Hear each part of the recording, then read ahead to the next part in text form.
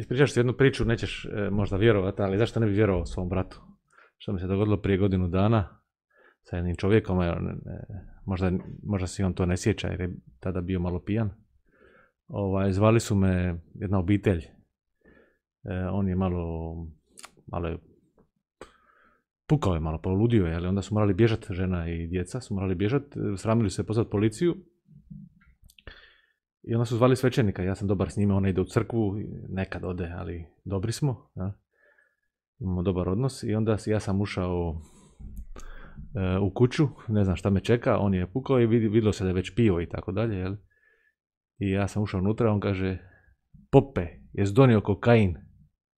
I ja nisam znao sad koliko je lud, koliko je se zeza, koliko, on sam rekao, jesam, donio sam. Onda on otišao je na balkon, ja? Ajde donesi. Ja sad ne znam šta ću, ja. Kako da uđem u nekakvu komunikaciju s njim, da uđem u igru, malo gledam po kuhinji i vidim tamo C vitamin tablete, to se stvarno dogodilo, nadam se vjeruješ, znaš da te ne lažem inače, ja. Nađem te tablete, ima ja nož, sam našao, onda sam zgnječio tablete, to sam vidio u filmovima, što nisam nikad vidio uživo drogu. Zgnječio sam u prah, stavio na nož, odnio njemu na balkon, na stol. Evo ga, pravi iz Kolumbije, donio mi ja, imam prijatelje iz Kolumbije, ti znaš neke naše iz Kolumbije, sve svećenike i tako, ja. Pravi iz Kolumbije, bravo. Onda je on napravio, ne znam kako, on to je znao kako napravi te crte, onda je povukao prvu, povukao drugu. Pravi je Pope, znaš šta je dobar kokain. Evo, to je jedna priča,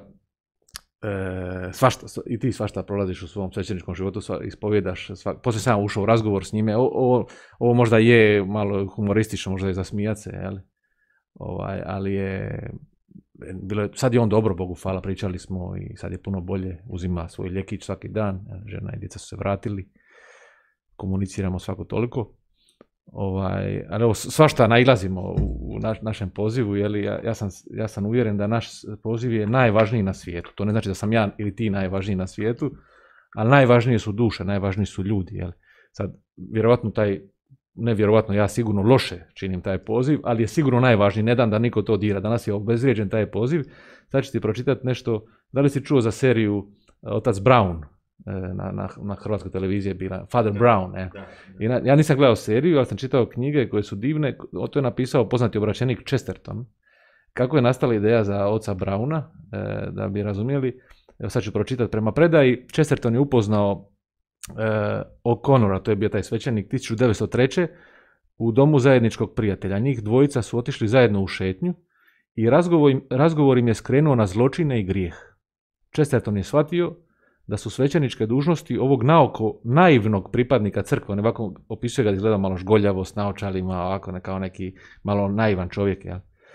Onda je shvatio da su njegove svećeničke dužnosti, da su ga dovodile u dodir sa zlom u zastrašujućem opsegu. A kad su se vratili sa šetnje, tamo su bili 2 studenta s Cambridgea, koji su ondje također bili gosti i za vrijeme odsudstva ovog svećenika, O'Connora, komentirali su pred Chestertonom kako im taj svećenik djeluje kao dobronamjerna, ali naivna budala, koja ne zna ništa o stvarnom zlu u svijetu. Ja. Onda Chesterton, koji je poslije rekao kako se još uvijek gotovo tresao zbog nekih stvari koje mu je O'Connor ispričao, postao je istog trena oduševljen književnom mogućnošću tog paradoksa. Naoko bezazleni svećenik, naivni, koji ne zna ništa o stvarnosti, o stvarnom zlu u svijetu, ali zapravo zna više o stvarnim zločinima od većine kriminalaca, zna dubinu ljudske zlobe i grijeha, dok 2 nevina djeteta, ova 2 studenta, ismijavaju njegovu prividnu nevidnost. U stvarnosti ovaj svećenik je bio nevin poput golubice, a lukav poput zmije. I to je, uvijek je ta, meni je smiješna ta neka slika crkve, slika kao to je glupo, to je naivno, to je za bakice, a zapravo je čovjek koji ne shvaća stvarnost grijeha, ne shvaća stvarnost ljudskog zla, je naivan. To je jako naivno, jel? Kad čovjek ne... to je tako naivno vjerovati u zloduha, jel? To je tako naivno, a to je stvarno svaki dan vidiš jednog zloduha, zli koji u nama nas potiče da idemo lakšim putem, da osuđujemo druge, koji nas odguruje od ljubavi, od istine, tako nas vodi u tamu. Čovjek je zapravo naivan kad to ne vidi. A crkva je tako divna stvarnost koja vidi tu najdublju čovjekovu stvarnost, da je to najvažniji problem je da li vjerovat da sam ljubljen od Boga ili to ne vjerovat, ne filozofski vjerovat u smislu, nego egzistencijalno duboko. Kad ja vjerujem da sam ljubljen od Boga, moj život se smiruje, ulazim u radost, ti si to kušao isto. Ja sam koliko puta sam kušao nakon jedne ispovjedi, jel? Mogu sam sebe uvjeravati u sobi i nešto da pričam s Bogom, ali ispovjed je, kako mi je rekao jedan zatvorenik, službeno je oprošteno. To je dogovor neba i zemlje. Svećenik je u tom slučaju kao ambasador Božji, kao poslanik Božji. Dolaziš na ambasadu i kažeš hoću pasoš, hoću državljanstvo, hoću ne znam. Ti tada se službeno, Krist je rekao kome vi oprostite, ja im opraštam. Ja. Tada kad ti izrekneš svoje grijehe, kako je to divno. Evo danas sam se ja ispovidio kod tebe i opet sam kušao tu divotu. Ja iskreno kažem sve kao malo dijete, jesam, pogriješio sam, jesam, napravio sam glupost. I svećenik kaže, ja te odriješujem od tvojih grijehova, ime Oca i Sina. I onda silazi mir. Evo, to je, nekom se to čini naivno, ali to je stvarnost. I dobivaš snagu da ideš naprijed,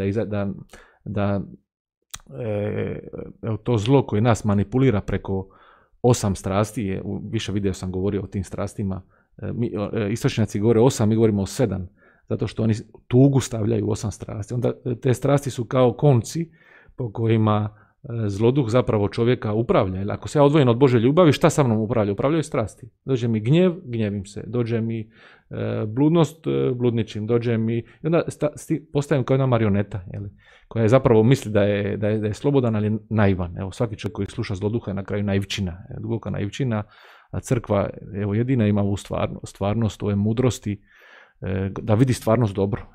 Ona mi govori stvarno, pazi, ima jedna borba, ima jedan i pomoćemo, nije stvar naših snaga, ponekad je to nešto što odbija ljude od Boga, jer misle da Bog od njih zahtijeva nešto što oni ne mogu napraviti, a nije istina. Božja volja uvijek, ako se mi njoj otvaramo, Bog nam daje svoju milost da činimo to. Jučer sam imao divan susret, jedna sestra je dovela jednog, ja ih znam od prije, ona isto obraćenik, dovela jednog čovjeka koji je alkoholičar. Neću nikakve podatke davati, to je da se ne zna ko je, da slučajno neko ne zna ko je. Uglavnom prije 15 dana ona je otišla kod njega, prijatelji škole, otišla je kod njega da vidi kako je, zna da je loše, da događaju mi se neke teške situacije u životu i malo je pričala s njim, pomolila se s njim i on od već 15 dana ne pije alkohol, alkoholičar. Znaš znači apstinencijska kriza kad ti se treseš, 15 dana ne pije alkohol, 15 dana već navikao se, on kaže, filmove za odrasle gledati, 15 dana već nema nikakvu, čak mu se gadi to, i u njega se vratila mir, vratila se radost, ona ga dovela jučer na razgovor, osjećam se kao da mi je, znaš, mi svećenici lovimo ribu, lovimo ljude, ova riba mi je samo upala u brod, samo sam trebao još malo lupnuti po glavi, evo, u smislu lupnut đavla po glavi, samo cak, i evo, ovaj čovjek je napokon, evo, rekao sam mu, samo moraš napraviti feštu, ovo je prva ispovjed u tvom životu, tako iskren.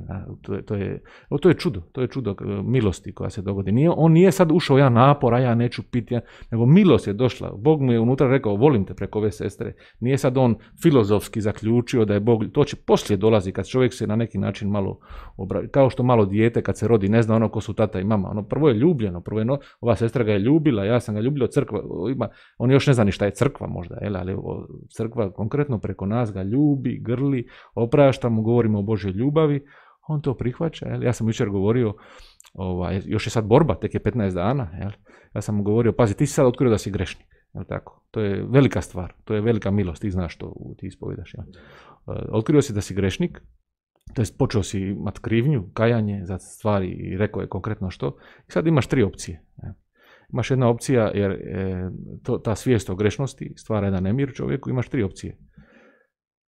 Prvo je da se ponovo vratiš u onaj san, da zaboraviš na to, da piješ, da svaljuješ krivnju na drugi su odgovorni, drugi su krivi, ne znam šta je.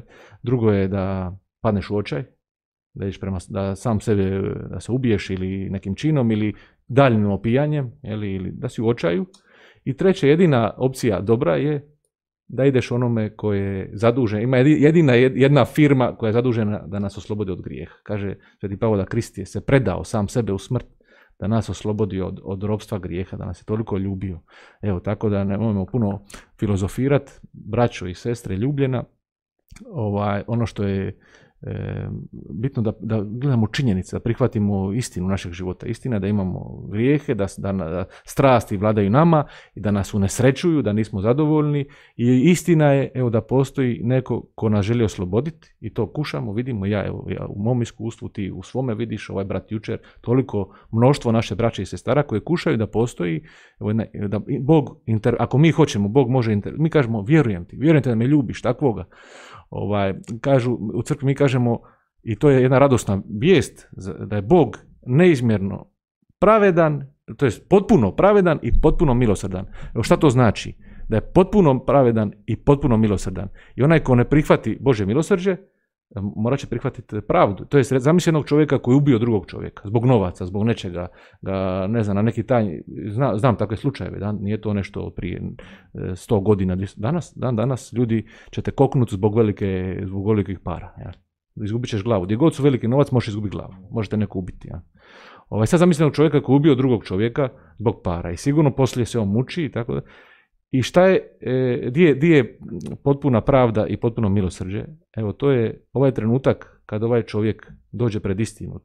To može biti i prije smrti, ali sigurno nakon smrti dolazi taj trenutak kada će se on susresti sa ovim koji ga je ubio. Susreće se s njime. A ovaj čovjek je žrtva, nevina. Evo sad izmišljam jedan scenarij. Kao što su toliki nevini ubijeni, su s Kristom i žele, ako su oni Božji, ako su s Bogom, vole svoje ubojice, žele da se oni spase. To nam je Krist objavio, da Bog voli one koji su ga ubili. Šta znači vjerovati u Boga? Vjerovati u tu ljubav, da nas Bog toliko ljubi. I sad ovaj čovjek koji je zaboravio na ono ubojstvo, uživao, pod navodne znakove uživao, ako se može uživati, kad je savjest nečista, ko može uživati? Ja? Može se pravi da uživaš. Ja? U tebi je duboko nemir. Sad susreće licem u lice ovog čovjeka koga je on ubio zbog novaca. To jest nema skrivanja više. Gdje je potpuno milosrđe? Potpuno milosrđe je da ovaj čovjek te ide zagrliti. Dođi, zagrlit ću te, opraštam ti. Nemoj ustrajati u tom. To je Krist. Krist je poslao svoje učenike da zagrli preko njih, da im oprosti one koji su ga ubili. Idite, propovedajte oproštenje grijeha i obraćenje. Opraštavan, obratite se. I šta ovaj čovjek, ako zaplače i pusti se zagrliti od tog čovjeka, evo prima potpuno milosrđe. Ako ne može to prihvatiti, evo to je ako je cijeli život živio u tami, uvjeravaju sebe kako je on dobar, kako je on pravedan, i to će se dogoditi nakon smrti. Evo, ako cijeli život živim u tami i susrete novo svjetlo Kristovo, ono će me prepasti. Onda će jednostavno pobjeći od ovog zagrljaja i ostaje mu potpuna pravda. Koja je potpuna pravda? Koja je pravda za nekog čovjeka koji ubio nekoga? Koja je pravda? Jel treba biti kažnjen? Naravno da treba. I mi smo ljuti ponekad. Koji je to paradoks? Kažemo Bogu, Bože, ti nisi pravedan, zašto se ovo događa u svijetu? Jel? A kad malo čujemo u evanđelju da Krist prijeti, da govori, doće pravda, dobit će batine ko treba dobiti batine, otac će vas predat mučiteljima, kaže, ako ne oprostite, i to kušamo već sada, ja puno puta kad ne opraštam, da sam predan mučiteljima. Jel? I tada čovjek koji ne prima potpuno milosrđe, koji ne prima ovaj život vječni potpuno besplatno, potpuno koga ne prima, onda mora primiti potpunu pravdu. Jel? To je, zamisli, odjeljenost od Boga, odjeljenost od sreće, od mira, od radosti. To, Bože, sačuvaj, neka i tebe. Hoćeš nas ti blagosloviti, mene i gledatelje. Ajde, jedan blagoslov. I s duhom tvojim. Blagoslovio svemogući Bog, Otac i Sin i Duh Sveti. Amen. Bogu hvala. So why do you grow rich in sins? Why do you do the will of the devil? In what do you place your trust? Leave all of this and turn to God, crying out, O long-suffering